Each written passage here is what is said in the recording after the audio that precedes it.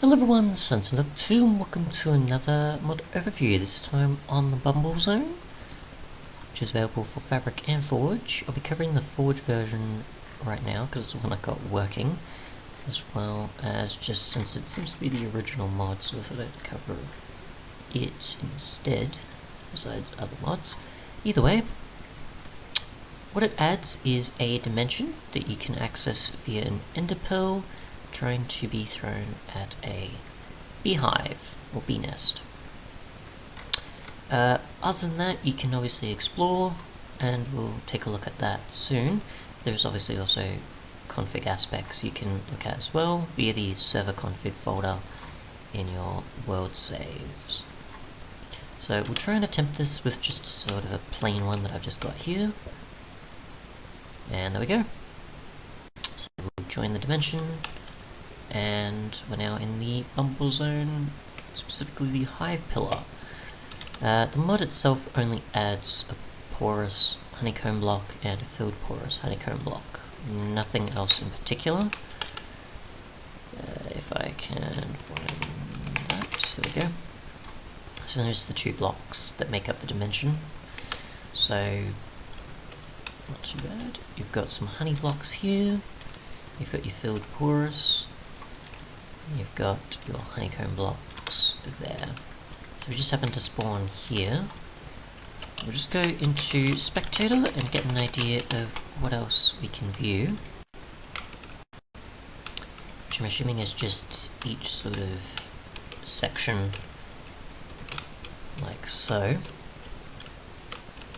Haven't come across any bees yet, so there is slime balls for whatever reason. So I'm assuming this is just, yep, so the sugar water floor, so just either a ton of blocks or some honey, or just water, mostly, it seems. It'll make up.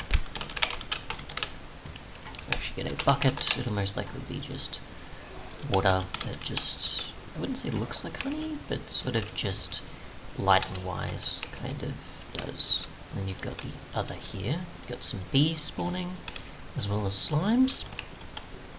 Let's take that off for a bit. We may increase the render distance just a smidge, just to get a better idea. Not sure if there is much fog though, which is why it's probably not viewing too much.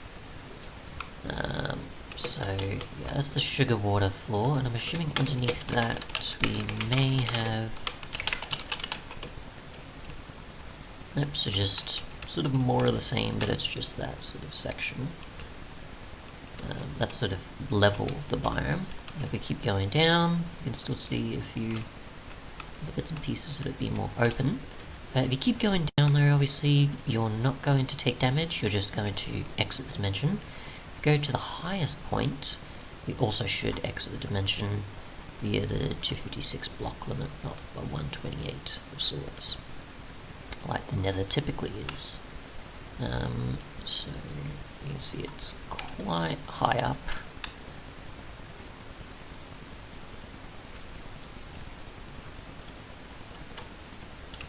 And we'll just make our way up here.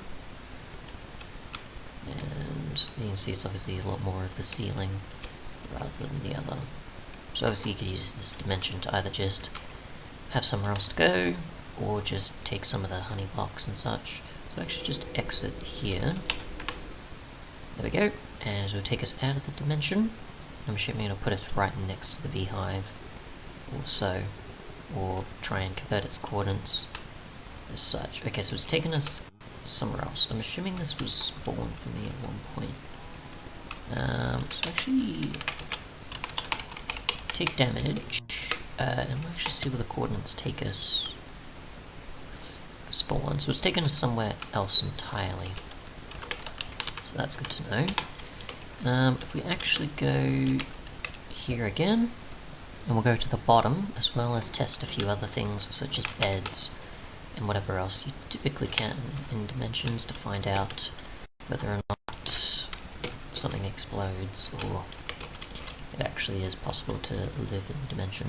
So we can set our spawn point here. I don't think it has a typical day-night cycle though, So, I'm not too sure on that. But you can obviously set your respawn point there if you wanted. We'll actually try setting time to night and see what happens. So we can.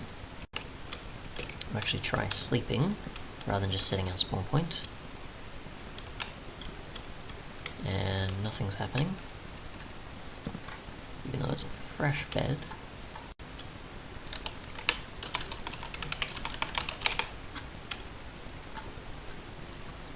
Okay, so we can set a spawn point like that if it's daytime at least. Interesting. Otherwise though, TNT obviously we don't really need to test, because we already know how much... Actually, find out how resistant the porous blocks actually are, because why not? It could be useful for builds, I guess, and finding out. Honeycomb, obviously, we kind of already know. So we'll just try on top here with a thick layer of it. Oops, that's the hive. So some TNT here. So, not too resistant. We'll put it, say, inside here, which is where most of the filled porous is. I'm pretty sure that is. Yep, the filled one. And there we go. Otherwise though, we'll actually try to go underneath here.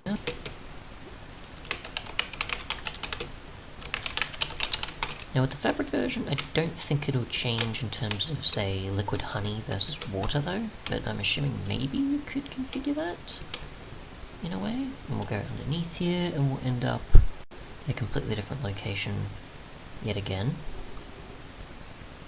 It seems. I don't know how you'd be able to set up a exit suit similar to how you'd want a nether portal to be exactly where you created it. I don't know if you could change that, but either way, it's a thing to keep in mind when exiting from either the top or the bottom of the dimension.